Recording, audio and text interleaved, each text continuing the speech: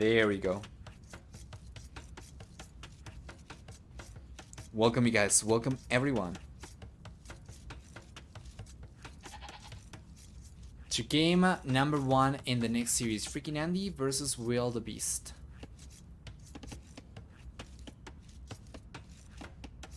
For civilizations, they are playing with Hindustanis and Lithuanians respectively.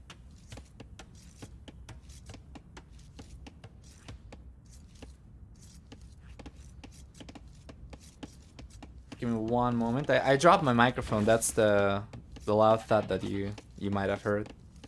I'm not really sure if you heard that. Actually, the noise suppression might actually have taken it up, but I just need to make sure that this is actually working. Okay.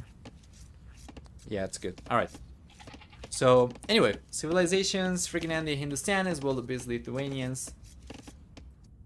Both of these cavalry driven. Obviously, Hindustanis are going to be camel mainly, and the Lithuanians are going to be cavalry, with knights in Lychai being extremely strong. Especially if you get in a position where you're able to get a hold of the relics. That makes a big difference.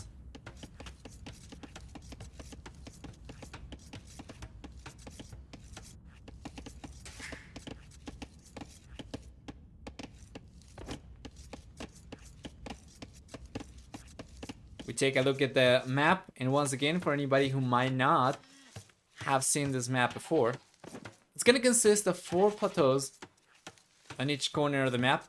So on the right hand side we have a beautiful maid. This is also a map that's very nice to look at. We have a beautiful maid over here, plateau with a forest on the back. We have golden stone forward, and it's going to be the same for every other plateau as well. So up in the north we have the forest on the back, and then we have gold forward. The stone is going to be to the side, and then on the left hand side, FreakinAndy is going to have the gold on the stone to the sides, the wood on the back, of course, and down the south we're going to have also extra wood over here, and then he's got the stone and the gold forward in this particular instance. To the bottom of the map, down the valley, there is plenty of extra hunt, both in terms of huntables but also in terms of lurables. As you can see, we have a rhino over here and an elephant. On top of that, there is fish to collect from as well. We have shore fish, we have additional golds, we have berries, and there is at the center a lot of extra stone as well in between the boulders. This generation does not seem like it's got the burning section that we saw last time around.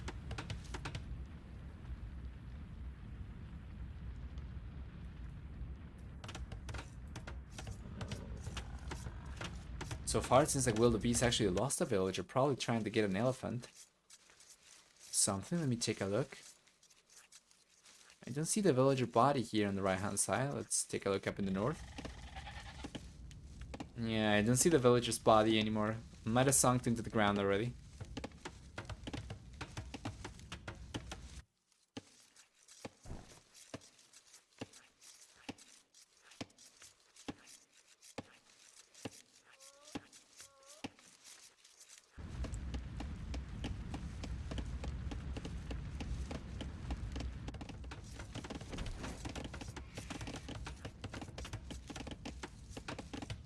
Just on the way for both players. At about the same time, FreakinAndy is going up a little bit faster. He does have 2 additional villagers as well. One is going to be because of wildebeest losing the villager, and the other one is going to be just a lot of extra LTC time for wildebeest. It's not too bad though, especially for 1700. It's like really good compared to some of the other games that we have seen before.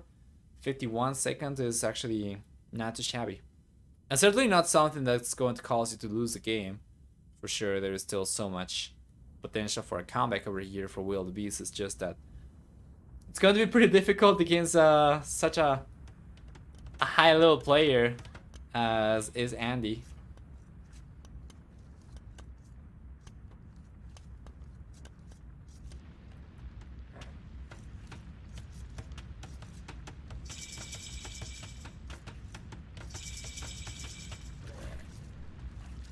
Here we go.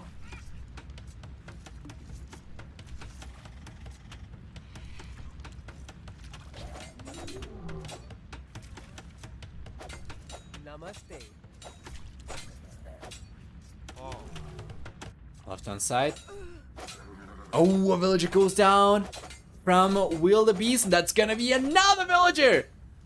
He was researching man-at-arms from the barracks over here, so he couldn't go for a spearman on time. That seems like a mistake. Usually you want to get the defensive units up before you go for the upgrades. And where are the men-at-arms, by the way? So he's got 3 men-at-arms on the right-hand side. He might be able to get some villagers down over here. Actually, FreakinAndy's defense was incredible. He ends up cleaning up all the men-at-arms and the scout from wildebeest, and does not take a single loss. There is 1 man-at-arms left over here. Wildebeest is going to arrive late to the party, unfortunately, and yeah, that man-at-arms has been taking so much damage from the spearmen and the scouts that is going to go down right away. Oh boy. Yeah, go figure. What is the difference between a high-level player and the world-class player? It's going to be visible right here. Just a little decision making differences. Just a little bit better unit control. Just a little bit better. You know, like 1700 is already so good.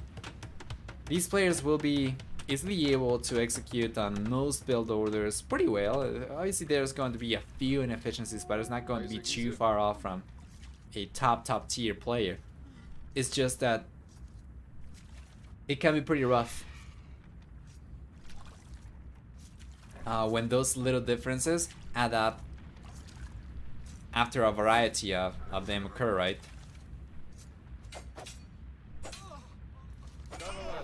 Another villager goes down for wildebeest. Speaking. Pretty nicely executed over here from FreakinAndy, targeting the weak villager.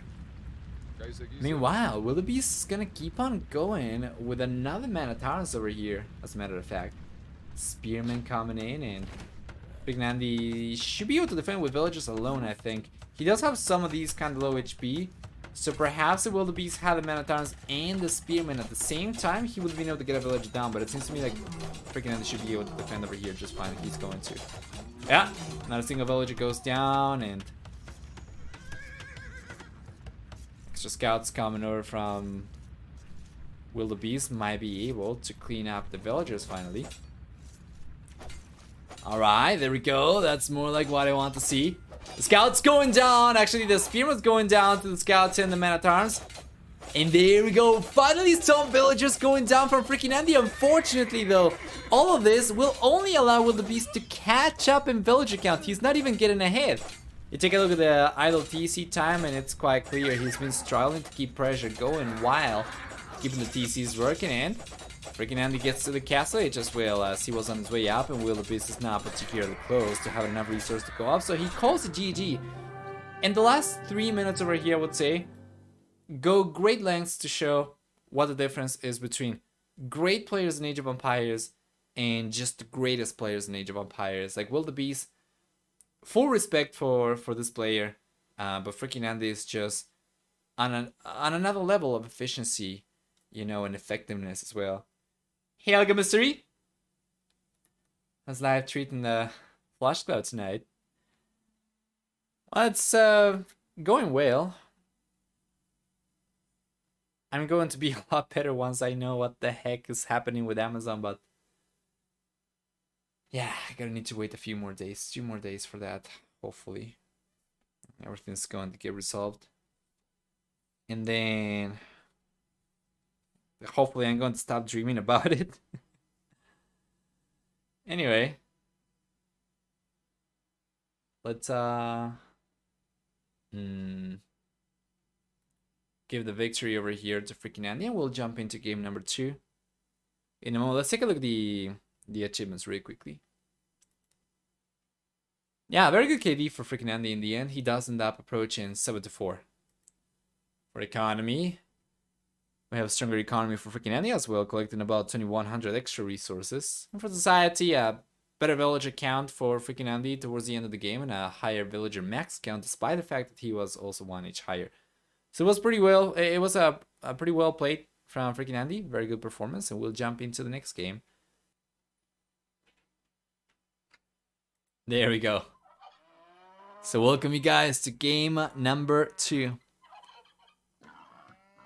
What's going on? I'm completely out of the loop. I should probably make a command for it.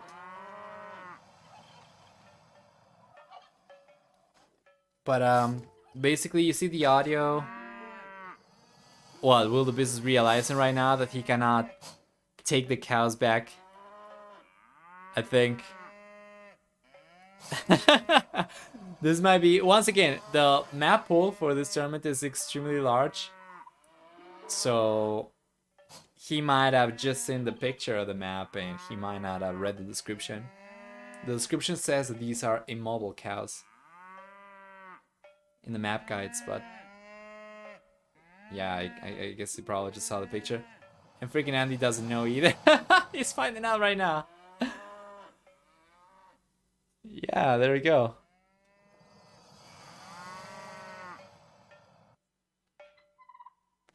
Of course, we did go through all the maps for the Double Cup 3 during last stream. So we knew, but the players, not so much. Well, the business Kurchara was not a good pick. Indeed, my man. Indeed. You're gonna have to go for 1 mil next to each cow. And even then, I'm not really sure they can actually garrison. But, yeah. FreakinAndy's got tatters right now.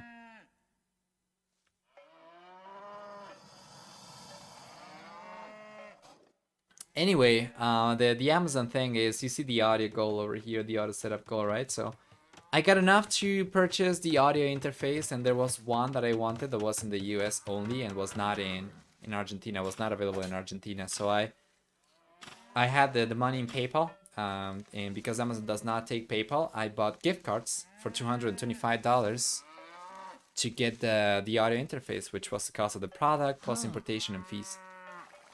So I bought the gift cards online through websites that sell gift cards, right? And then after I placed the purchase, they suspended my account because of suspicious activity. And I say, okay.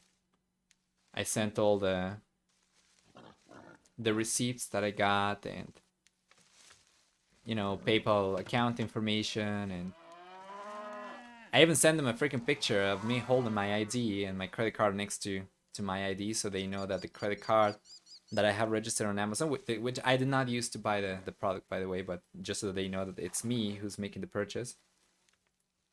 And they haven't gotten back to me yet. The website says that when I tried to log in that I provided insufficient information, so I don't know. Pretty frustrated about the whole ordeal. I should have gotten the audio interface already on the 26th of last month, and it's going to be 1 full month that I've been just waiting for them to do something.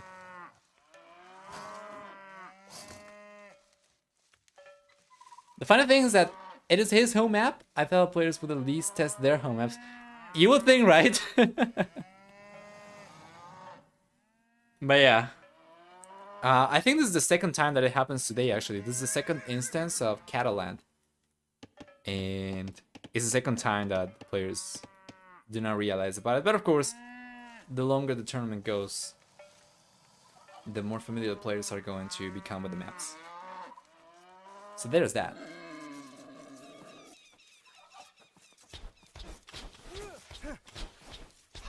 Yeah, you probably want to take a look at the video, Alchemist 3.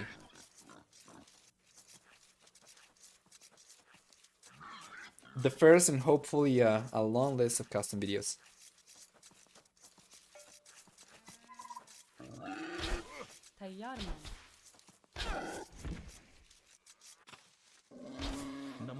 Okay, well, the beast is doing better this time around, not losing villagers to the boar. That's great.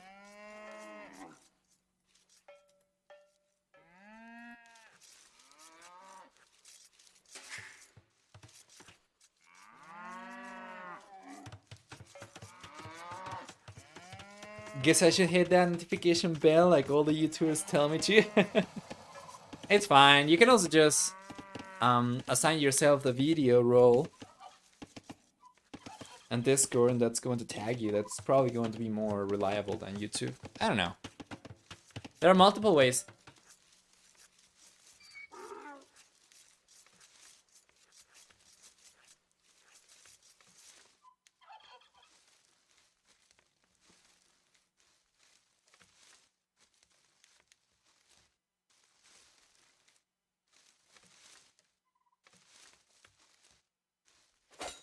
I might see a villager go down over here. Not quite. Yeah, Will's got the camels. He's gonna keep on chasing FreakinAndy, so he'll probably end up cleaning up these units. FreakinAndy, on the other hand, will be the first player to get to the castle age, most likely, as he's the first player to go up to the fuel age in the first place. So far, we haven't really seen any villagers go down. There is a 1 kill from wildebeest. I'm not exactly sure what it is that he killed. It might have been a scout from FreakinAndy, but it doesn't make any sense because we start with 2 scouts, right? 2 scouts and 2 camel scouts over here for each player. So I'm not really sure what it is that will actually kill.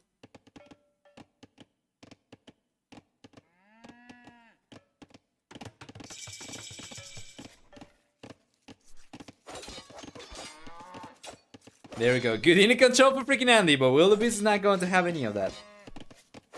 Yeah, he will end up cleaning this up for sure.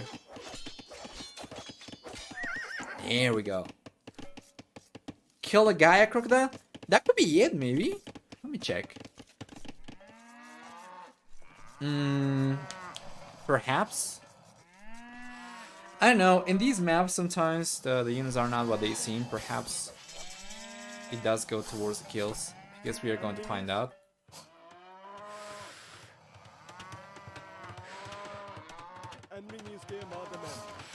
Maybe not. Hey, Fluffy Bunny! If there were AA2 caster awards, I'd vote Noah to win. Thank you so much for your kind words, as usual. Appreciate it.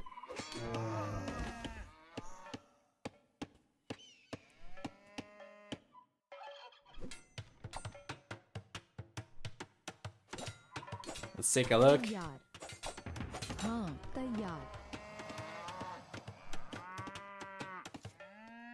We have only 1 stable currently for wildebeest. And FreakinAndy is on its way to the castle age a little bit faster, as we were expecting it to be the case, but it's not a huge lead. Compared to before, it's certainly not anywhere near as good. It's got a market on the way. So there is only 1 stable over here that I can see from the orange player. Yes, indeed there is only 1 stable. And wildebeest, on the other hand, is going to be on 1 stable as well, so it's just going to be Trevantia riders, I would imagine, from wildebeest, and FreakinAndy probably just going to go for camels, perhaps.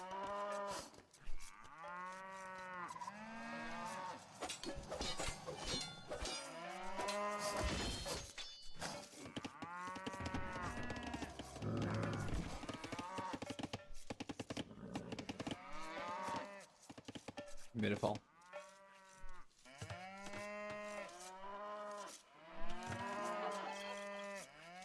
Wildebeest. Yes. Note in the noise of the cows. Yeah, there we go. Castle Age is here for FreakinAndy. Castle Age is gonna be here for wildebeest as well. Population significantly stronger for FreakinAndy. And once again, it's just the little things. Just a little bit there. Like, everything seems to be just a little bit more efficient for FreakinAndy. If you saw, like, FreakinAndy is 2k4, right? And wildebeest is like 1700. If you saw a 1700 versus a 1k player, the 1k player will be so much further behind right now, you know, to wildebeest compared to this matchup, and that just goes to show how good these players in the 16, from the 15 to the 17, 1800 elo range are, and just how quote-unquote small the difference is overall, at the very least, compared to the same elo difference, the same elo delta between an average elo player and the like 1700 player. That is to say, all of these guys that we've been watching today hold great potential.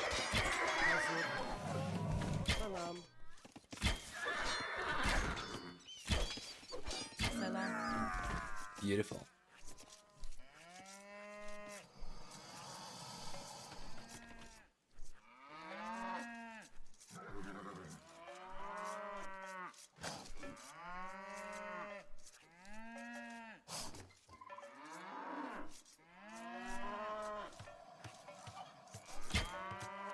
Go.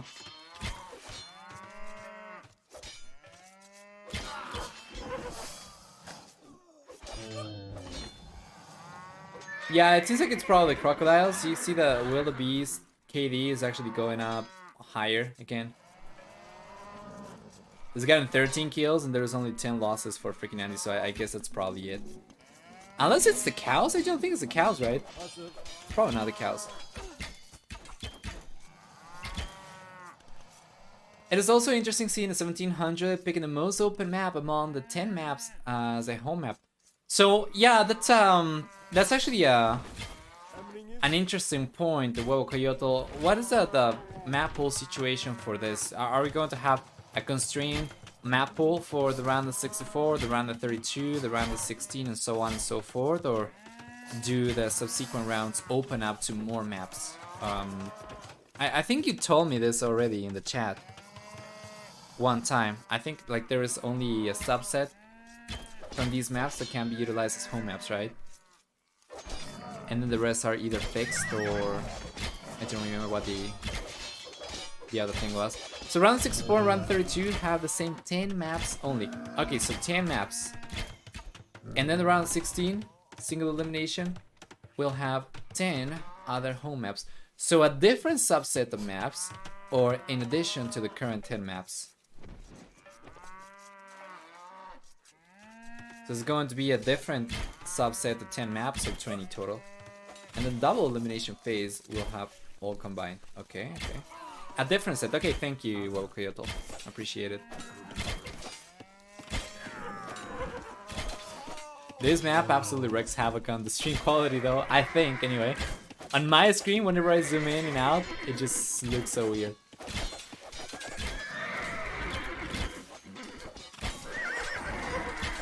Well, cavalry archers against Srivansha riders are not quite as bad compared to archers, for instance, which lack the mobility, and then the Srivansha riders can get close and clean those up. FreakinAndy is making this work pretty well. He's getting a lot of villages down now. And it seems like this might actually be the end of the road for wildebeest in the tournament, but he's got it to the round of 32 already, which is nice. FreakinAndy will be the one moving on to the round of 16, as it was probably expected to be the case. So we are waiting for wildebeest to call the GG, but given the current population right now and all the momentum that we have from FreakinAndy, certainly seems like the game should be pretty over very soon. Even with ballistics over here, FreakinAndy's cavalry archers are super effective and very good unit control too. Well done. After these camels go down, we're probably gonna see these villages go down next. Probably these villages go down next. Yeah, there we go. FreakinAndy's going straight after the economy, and wildebeest calls GG. So well played. 2-0. FreakinAndy moves on to the round of 16. And I actually needed to update this, as this was the round of 32, not the round of 64. But he's the one moving on to the round of 16 now. There's going to be 2 rounds of 16. The one that we are going to see next week, not the week starting this Monday, but the next one, so in 8 days. The round of 16 that we're going to see in 8 days onwards, that's going to be for qualifying into the double elimination stage, which is going to introduce the 8 invited players into the event as well. So there's going to be 2 round of 16 stages, so to say. Anyway, let's take a look at the achievements. For military, we have FreakinAndy getting a very nice gate ratio over here. In the end, it's going to be about 11-5, a little bit higher than that. For economy, we have a stronger economy for FreakinAndy as well, and not even close. 8,000 extra resources. He collected almost twice as many resources compared to wildebeest. Damn, boy. How about society? Yeah, probably surprising no one. Towards the end of the game, FreakinAndy, he was already ahead. He was already able to get ahead from the very beginning, but towards the end of the game, it was just a massive lead that he was getting. Anyway, let's go back.